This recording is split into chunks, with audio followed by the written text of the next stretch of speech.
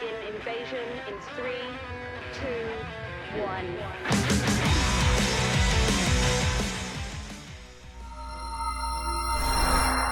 Greetings, invaders. My name is Scott. This is Book Invasion, where we talk about some sci-fi, fantasy, horror books. Thanks for joining me. Today we're going to be talking about a new release called Screams from the Void by Tibbets. This is a sci-fi horror book published by Flame Tree Press. It comes in at about 256 pages, and it is released in May 18th of 2021. Now, this book is a cool sci-fi horror mix.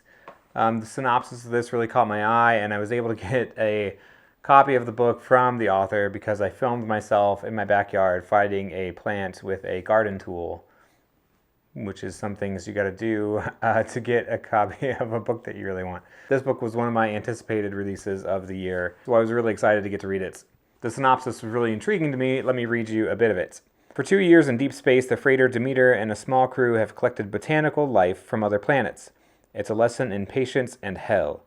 Mechanics Ensign Reyna is ready to jump ship, if only because her abusive ex is also aboard, as well as her overbearing boss.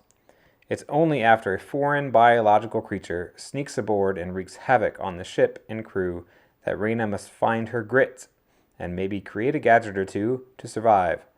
That is, if the crew members don't lose their sanity and turn on each other in the process. So here we have your kind of typical alien monster aboard a spaceship in deep space, wreaking havoc, so to speak, on the crew of this mission where they're collecting plant life from other planets. So our story follows Reyna, who is the oldest ensign of the crew at about 27 years old in the Space Corps.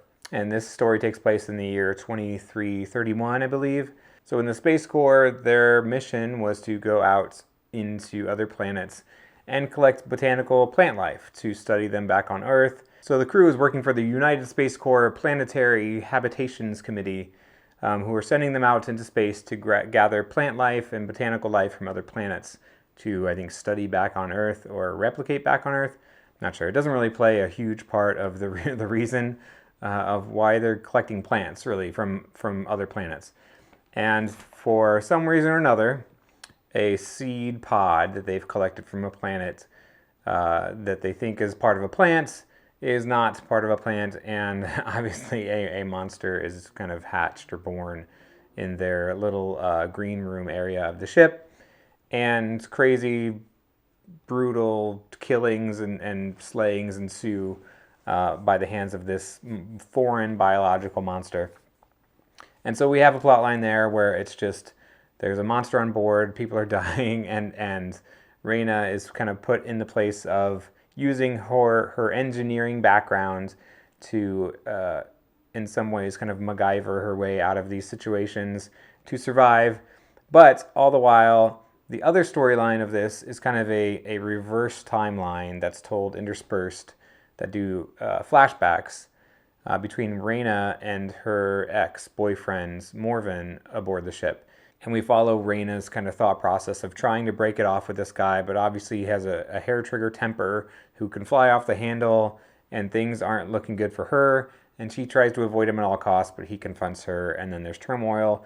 And now they're put into a survival situation where there's a monster aboard the ship, killing the crew and brutally massacring people.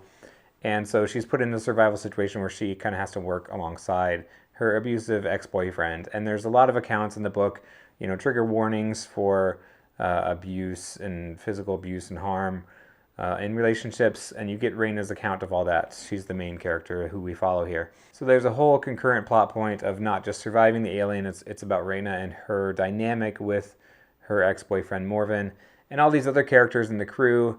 There's Tamsin, who's like the youngest at 18 years old, I think, and she's the one who just can't handle stressful situations.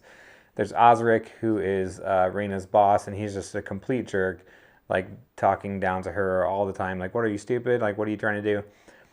There's Pollux, who's kind of the seasoned veteran of the crew. There's Avram and Niall, I think, or a few others.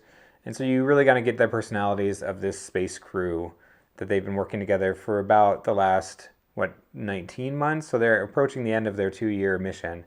And they have all these plant samples aboard, but they're running the risk of losing all that by either, jumping ship and just abandoning the whole thing to get away from this alien. So throughout the book, it really felt familiar. It really felt, any sci-fi horror movie or that you've seen in the last 20 years kind of follows the same plot line.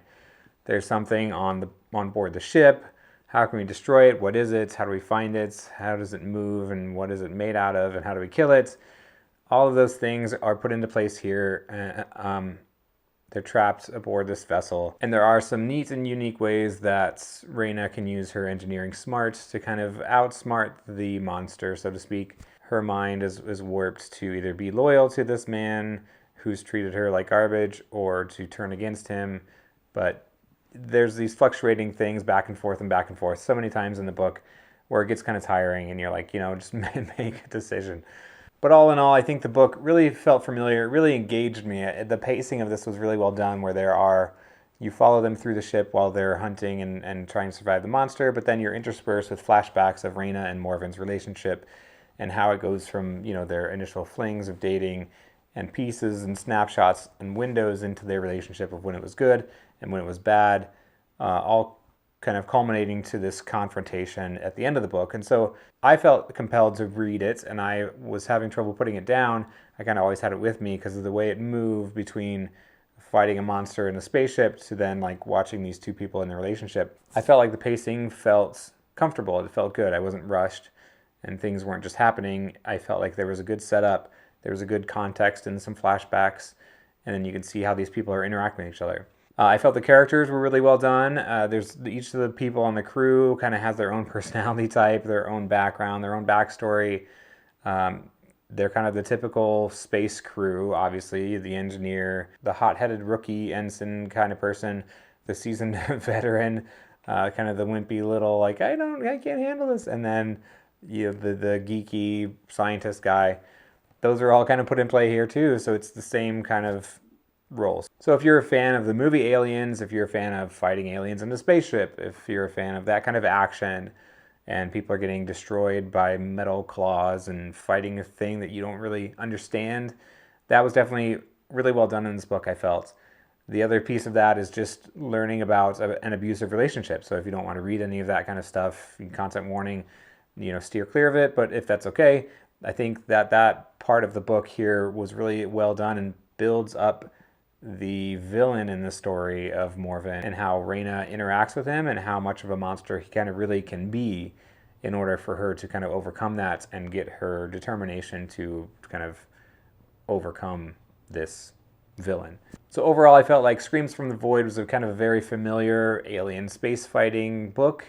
I felt it was kind of cozy. It was action-packed. It's a good popcorn read. I don't think it's really outstanding enough that you're going to remember it often. You're kind of just think of, oh yeah, there's not really a standout moments of like a wow factor, but it was really cool to see this kind of futuristic world and the Space Corps, and they're going out to get samples of plant life. Obviously, something's going to go wrong. So it was really cool. I enjoyed it. I think that it's a good intro book if you're looking for something that fills that gap of fighting aliens in space. Check out Screams from the Void by Ann Tibbets. Thank you to the author for a copy of the book. Those are my honest thoughts. I hope you enjoyed it. I hope you check it out, and I will see you next time. Bye-bye.